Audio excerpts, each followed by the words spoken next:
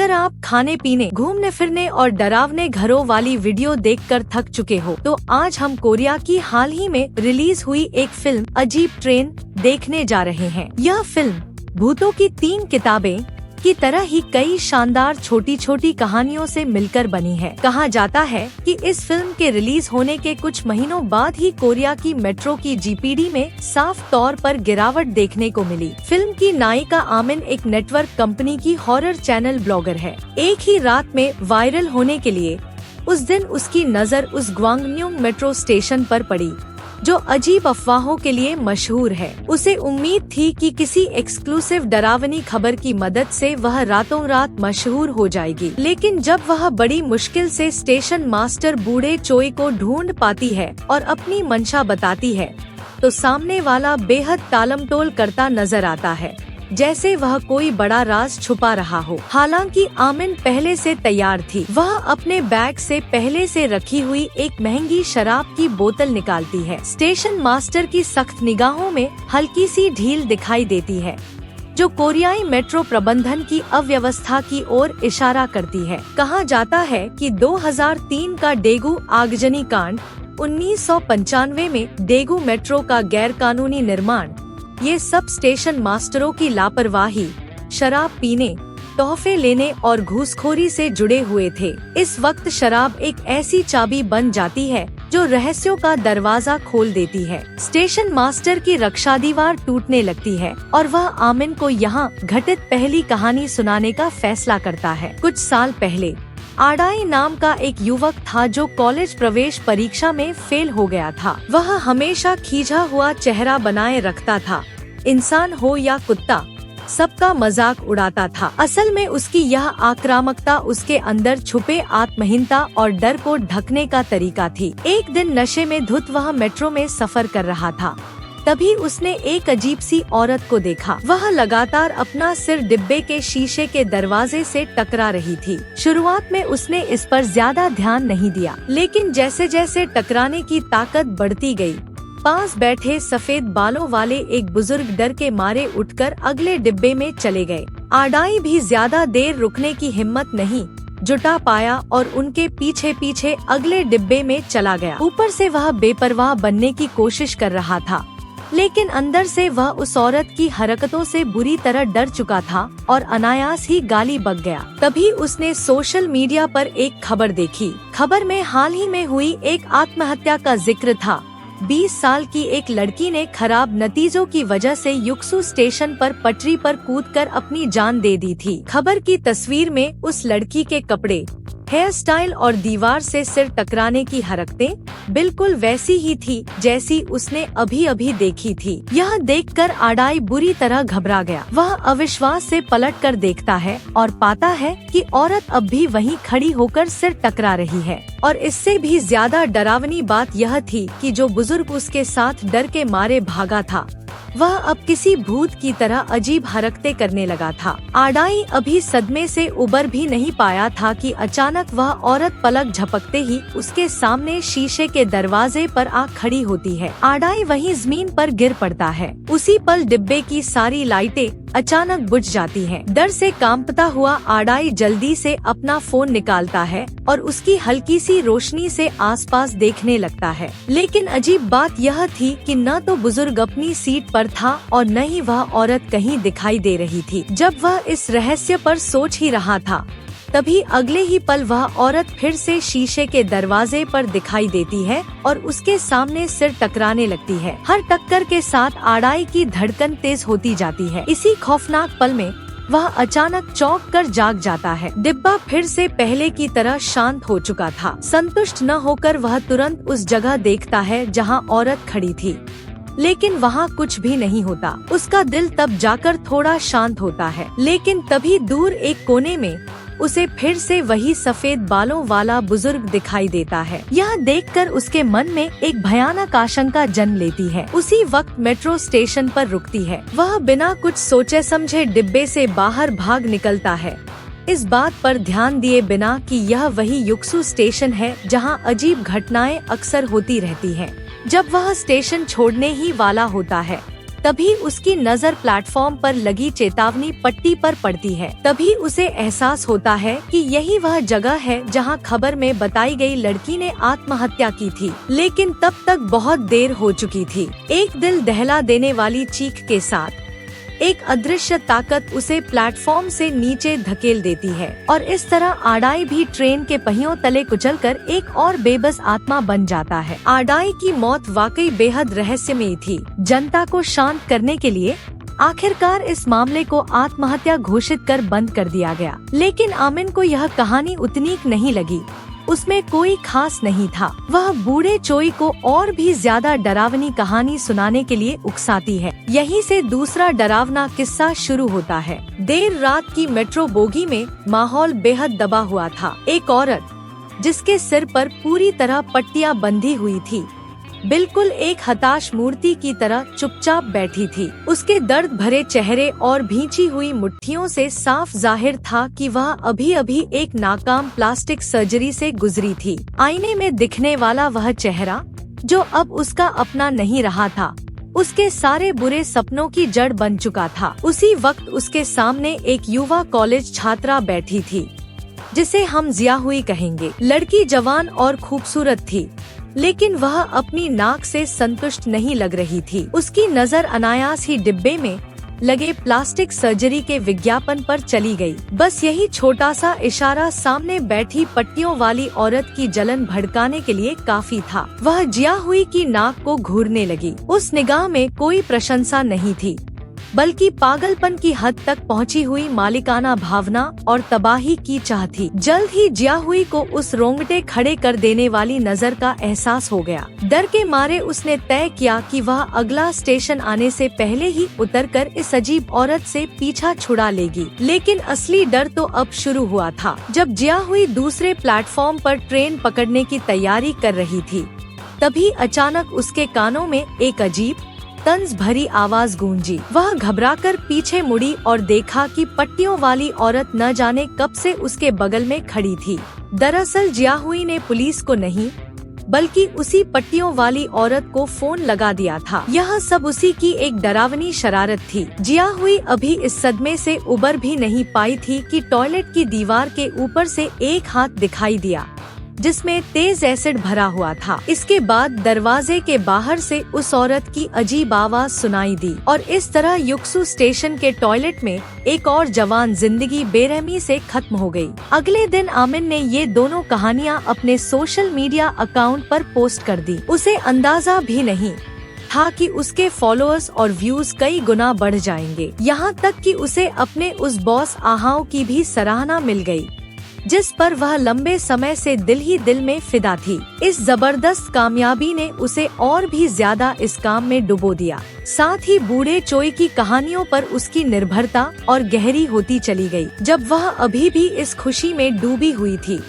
तभी बॉस आहाओ ने वीडियो को फ्रेम दर फ्रेम देखते हुए एक बारीक बात नोटिस की। उसे कहानी के बैकग्राउंड में मेट्रो स्टेशन की वेंडिंग मशीन के अंदर एक धुंधली सी इंसानी परछाई दिखाई दी। यह खोज दोनों को ही अजीब लगी। सच्चाई जानने और भी एक्सक्लूसिव कंटेंट पाने के लिए उसी दिन आमिन एक बार फिर बूढ़े चोई के पास पहुंची। इस बार बूढ़े चोई ने लालच और कर्म के चक्र से जुड़ा एक सच्चा किस्सा सुनाया। कहानी का नायक एक ऐसे अंकल से शुरू होता है, जो कभी एक कंपनी का सीनियर एग्जीक्यूटिव था, लेकिन अब मेट्रो स्टेशन पर रहने वाला एक बेघर इंसान बन चुका है। हम उसे आवेई कहते हैं। वह रोज कचरा बीन कर गुजारा करता था और आम दिनों में तो एक कटोरी गरम इंस्टेंट नूडल्स भी नहीं खरीद पाता था। एक दिन किस्मत के अजीब मोड़ से उसे वेंडिंग मशीन के नीचे एक सिक्का दिखाई देता है। वह अखबार से उसे बाहर निकालता है, लेकिन उसे क्या पता था कि वह एक अजीब सा लाल सिक्का होगा। जिज्ञासा के चलते वह बिना ज्यादा सोचे उसे उठा लेता है। उसी वक्त उसकी नजर सामने वेंडिंग मशीन में दिख रही एक ड्रिंक पर पड़ती है। किस्मत आजमाने के इरादे से वह सिक्का मशीन में डाल देता है और हैरानी की बात यह कि अंदर से सच में एक बिना लेबल वाली ड्रिंक बाहर आ गिरती है।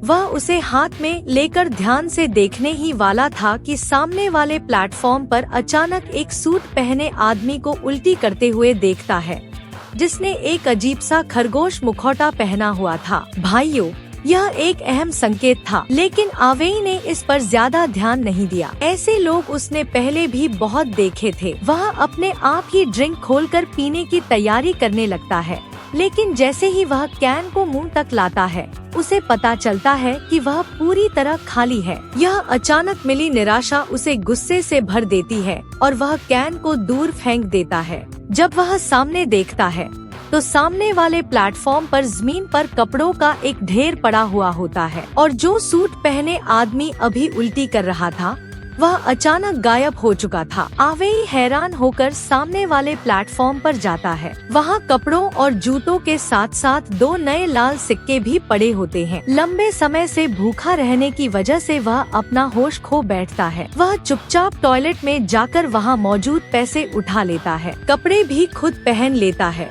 और उन पैसों से जाकर पेट भरकर खाना खाता है। शुरुआत में आवेई को इस सब के पीछे की सच्चाई समझ नहीं आती, लेकिन जब उसे तंग करने वाला सिक्योरिटी गार्ड फिर से उसके सामने आता है तो घबराहट में वह लाल सिक्के से निकली उस खाली कैन को उसकी तरफ खोल देता है और उसी पल एक चमत्कारी लेकिन डरावना दृश्य सामने आता है। सिक्योरिटी गार्ड का शरीर ऐसे गायब होने लगता है जैसे किसी ने उसे रबर से मिटा दिया हो। आखिर में वहाँ सिर्फ कपड़े और जूते ही बचते हैं। तभी आवेई समझ जाता है कि यह एक शैतानी मशीन है जो इंसानों को निगल जाती है, उनकी आत्मा को कैद कर लेती है और बदले में पैसे देती है। यहीं से आवेई के दिमाग में एक खतरनाक विचार जन्म लेता है। उसकी जिंदगी पूरी तरह बदल जाती है। वह पहले वाला डरपोक इंसान नहीं रहता। अब वह खुद शिकार चुनने लगता है, खास तौर पर अच्छे कपड़े पहनने वाले अमीर यात्रियों को। एक एक करके वह उनकी आत्माओं को सिक्कों और नोटों में बदल देता है और उनके कपड़े टॉयलेट में फेंक देता है। इसी तरह वह ऐशो आराम की जिंदगी जीने लगता है। उसकी लालच की भूख बढ़ती ही जाती है। वह इस अंधेरी दुनिया का खुद को भगवान समझने लगता है, जिसके हाथ में जिंदगी और मौत दोनों है। लेकिन घमंड ज्यादा दिन नहीं टिकता। एक रात वह बहुत ज्यादा शराब पीकर रोज की तरह स्टेशन लौटता है। वहाँ वह देखता है कि उसी रहस्यमय वेंडिंग मशीन के सामने एक गंदे कपड़े पहना आदमी ड्रिंक खरीद रहा है। उसकी हर हरकत आवेई को जानी पहचानी लगने लगती है। तभी उसे एहसास होता है वह आदमी कोई और नहीं बल्कि उसका पुराना खुद ही है। उसी पल उसे उल्टी जैसा महसूस होता है और वह बगल में जाकर झुक जाता है। जब वह दोबारा सामने देखता है तो सामने खड़ा उसका दूसरा रूप ड्रिंक उठाए उसकी ओर देख रहा होता है और उसके चेहरे पर लालच और शैतानियत भरी मुस्कान होती है। जैसे ही सामने वाला खुद बिना हिचक कैन खोलता है, उसी पल आवेई पूरी तरह गायब हो जाता है। आखिरकार उसका अंजाम भी वही होता है जो उसके शिकारों का हुआ था। वह खुद अपनी लालच के चक्र में फंसकर एक भटकती आत्मा बन जाता है। इस कहानी ने आमिन को एक ही रात में मशहूर बना दिया। बहुत जल्दी यह चर्चा एक ऐसे स्तर तक पहुंच गई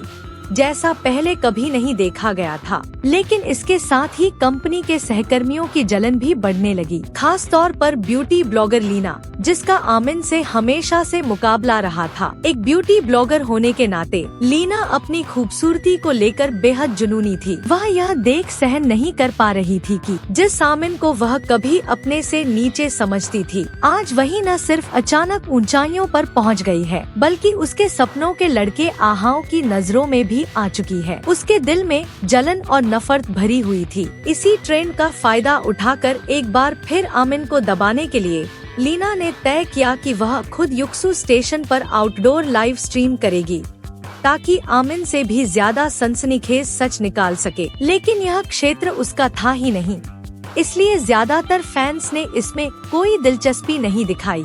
मजबूर होकर लीना को लाइव बंद करनी पड़ी। लेकिन अगले ही पल उसका संतुलन बिगड़ा और वह गिरते गिरते बची। हालांकि उसने समय रहते रेलिंग पकड़ ली, पर तभी उसे कुछ अजीब महसूस हुआ। उसके हाथ पर कोई चिपचिपा सा पदार्थ लगा हुआ था। यह देख उसे जोरदार उल्टी जैसा एहसास हुआ और वह तुरंत वेट वाइप से हाथ साफ करने लगी। उसे अंदाजा भी नहीं था कि यही उसके दुहे स्वप्न की शुरुआत है। अगले दिन आहाओं से बातचीत के दौरान अचानक उसकी नाक से जोर जोर से खून बहने लगा। अपने क्रश के सामने शर्मिंदा न होने के लिए वह जल्दी से टॉयलेट भागी और काफी मशक्कत के बाद खुद को ठीक किया। लेकिन जैसे ही वह बाहर निकलने वाली थी, उसने देखा कि उसके हाथ पर अचानक 3 लाल बिंदु उभर आए हैं। एक ब्यूटी ब्लॉगर के लिए यह किसी तबाही से कम नहीं था। डर के मारे वह अस्पताल पहुंची। जांच के बाद डॉक्टरों ने इसे एक साधारण बैक्टीरियल इन्फेक्शन बताया और उसे कुछ मरहम लगाने को दे दिया। उसे लगा कि बात यहीं खत्म हो जाएगी, लेकिन हकीकत इसके बिल्कुल उलट थी। घर लौटते समय उसकी हालत और बिगड़ने लगी। जो छोटे छोटे लाल बिंदु थे, वे अब घनी घनी फुंसियों में बदल चुके थे। अपनी छवि खराब न हो, इस डर से वह मन का डर दबाए स्टेशन पर उतरने तक खुद को संभाले रही। फिर उसने खुद को अकेले स्टेशन के टॉयलेट में बंद कर लिया। वह देखती है कि हाथों में बने छेद और भी गहरे होते जा रहे हैं, यहाँ तक कि कुछ उसकी गर्दन तक फैल चुके थे। इस पल वह अपने भीतर के डर को और रोक नहीं पाई। लेकिन इससे भी ज्यादा डरावनी बात यह थी कि उन घिनौने छिद्रों से हरे हरे नन्हे अंकुर निकलने लगे थे। वे आंखों के सामने तेजी से बढ़ रहे थे। ईर्ष्या उन जहरीले पौधों की खाद बन चुकी थी जो उसके शरीर में जड़ें जमा रहे थे। आखिरकार भयानक दर्द और डर के बीच लीना एक ऐसी अजीब लेकिन सुंदर आकृति में बदल गई, जो फूलों से ढकी हुई एक जीवित लाश जैसी थी। उधर दूसरी ओर आमिन की अचानक मिली शोहरत ने उसका भी संतुलन बिगाड़ दिया था। अब वह सिर्फ बूढ़े चोई से कहानियां सुनने से संतुष्ट नहीं थी, बल्कि उस सबसे गहरे सच को खुद छूना चाहती थी। पूरे दिन की गहन जांच के बाद उसे एक चौंकाने वाला रहस्य पता चला। युक्सु स्टेशन के नीचे कभी ग्वांगलिंग संप्रदाय का एक पंथ मंदिर हुआ करता था। कई दशक पहले अपने गुरु को अमर बनाने के लिए यहाँ 40 अनुयायियों ने सामूहिक आत्महत्या करके बलि दी थी। आज तक यह अफवाह फैली हुई है कि असली गुरु अब भी जिंदा है। शायद यही युक्सु स्टेशन पर होने वाली तमाम अजीब घटनाओं की जड़ है।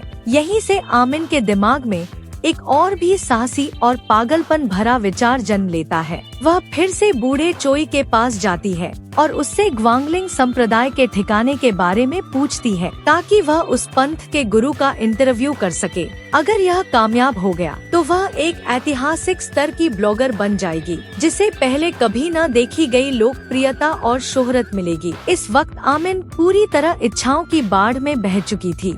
उसकी सारी समझदारी की दीवारें ढह चुकी थी। अब उसका विश्वास सच और हकीकत में नहीं रहा था, बल्कि उस पंथ में बदल चुका था जिसे वह ट्रैफिक और व्यूज कहती थी। इस बार बूढ़े चोई ने उसे रोका नहीं, बल्कि उसके चेहरे पर एक रहस्यमयी मुस्कान आ गई। कुछ देर बाद आमिन को वही जवाब मिल गया जिसकी उसे तलाश थी। वह अकेली युक्सु स्टेशन पहुंचती है। बूढ़े चोई के मुताबिक हर रात ठीक 3:34 पर एक खास ट्रेन स्टेशन पर आती है। अगर कोई उस ट्रेन में सवार हो जाए तो वह पंथ के गुरु से मिल सकता है। गहरी रात में मेट्रो स्टेशन खौफनाक सन्नाटे में डूबा हुआ था। हालांकि उसका दिल डर से कांप रहा था, फिर भी वह साहस जुटाकर उस रहस्यमयी शख्स से मिलने के लिए आगे बढ़ी। जैसे ही वह सावधानी से प्लेटफॉर्म की ओर बढ़ी, अचानक स्टेशन की सारी लाइटें एक साथ जल उठीं। तभी उसने डर के मारे देखा कि उसके अलावा वहाँ एक और अजीब आदमी मौजूद था,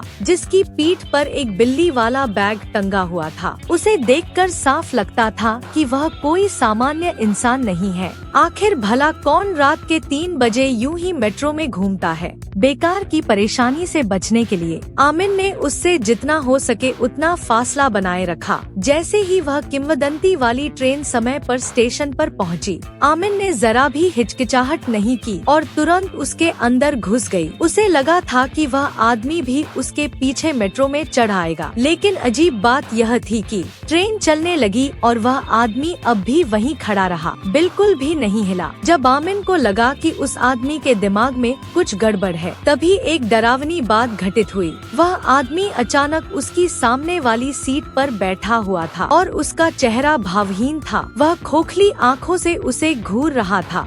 यह अजीब दृश्य आमिन को अंदर तक डरा गया। इसलिए वह उठकर दूसरे डिब्बे में जाने लगी। लेकिन जैसे ही उसने आगे कदम बढ़ाया, वह आदमी भी तुरंत उसके पीछे पीछे आ गया। कुछ गलत समझकर आमिन ने उससे बचने की कोशिश की। जैसे ही वह अगले डिब्बे में पहुंची, अचानक लाइट बुझ गई और पूरा डिब्बा सन्नाटे भरे अंधेरे में डूब गया। घबराहट में आमिन ने जल्दी से अपना मोबाइल निकाला और उस जगह की ओर कैमरा किया जहां वह आदमी खड़ा था। उसने देखा कि एक पल पहले उसका सिर वहीं था और अगले ही पल वह भूत की तरह झपक कर उसके बैग के अंदर दिखाई दिया। इस तरह ट्रेन में दोनों के बीच पकड़म पकड़ाई का खेल शुरू हो गया।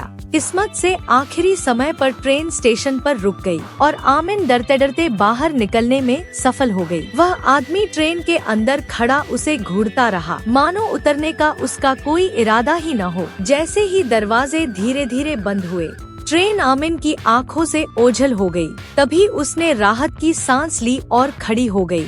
यूशुई स्टेशन की भयानक सच्चाई देखने के बाद आमिन ने तुरंत सब कुछ छोड़ देने का मन बना लिया। लेकिन तभी एक पुरानी शैली की ट्रेन उसके सामने आकर रुकी। जैसे ही दरवाजा खुला, जमीन पर एक वॉकी टॉकी पड़ी हुई थी। थोड़ी देर सोचने के बाद आमिन ने हिम्मत जुटाकर उसे उठा लिया। तभी उसमें से स्टेशन मास्टर लाओ चुई की आवाज आई। उसे पहले से ही अंदाजा था कि आमिन लालच में फंस जाएगी, इसीलिए उसने उसे वे डरावनी कहानियाँ सुनाई थी। और अब जो आखिरी कहानी वह सुनाने वाला था, वह उसी से जुड़ी हुई थी। 3 साल पहले जब वह और उसका सहकर्मी शियाओ मा स्टेशन पर ड्यूटी कर रहे थे, तो उन्होंने सीसीटीवी में एक अजीब परछाई देखी। इसलिए उसने शियाओ मा को जांच के लिए भेजा। यही वही अजीब आदमी था जिसे आमिन ने देखा था। लेकिन थोड़ी ही देर बाद शियाओ मा से उसका संपर्क टूट गया। मजबूर होकर लाओ चुई को खुद वहाँ जाना पड़ा। उसे अंदाजा भी नहीं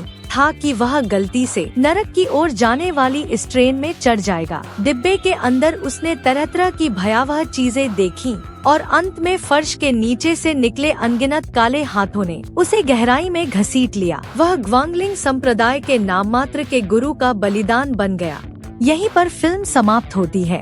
इस फिल्म का डरावना माहौल बेहद प्रभावशाली है। चाहे वह सुनसान मेट्रो स्टेशन हो या भयानक आत्माओं के रूप, सब कुछ गहरी छाप छोड़ता है। लेकिन इन सब से भी ज्यादा रोंगटे खड़े कर देने वाली बात कहानी के पीछे छिपी वह कठोर सच्चाई है। यह एक चेतावनी की तरह है जो इच्छाओं के इस शहर में जूझ रहे हम सभी को याद दिलाती है कि नाम, दौलत और प्रसिद्धि की दौड़ में क्या हम अपनी आत्मा को बचा पा रहे हैं? जब हम खोखले आंकड़ों के लिए जश्न मनाते हैं, तो क्या हम धीरे धीरे बिना सोच और बिना भावनाओं के एक खाली खोल में नहीं बदलते जा रहे? बस आज की कहानी यहीं तक। अगली बार फिर मिलेंगे।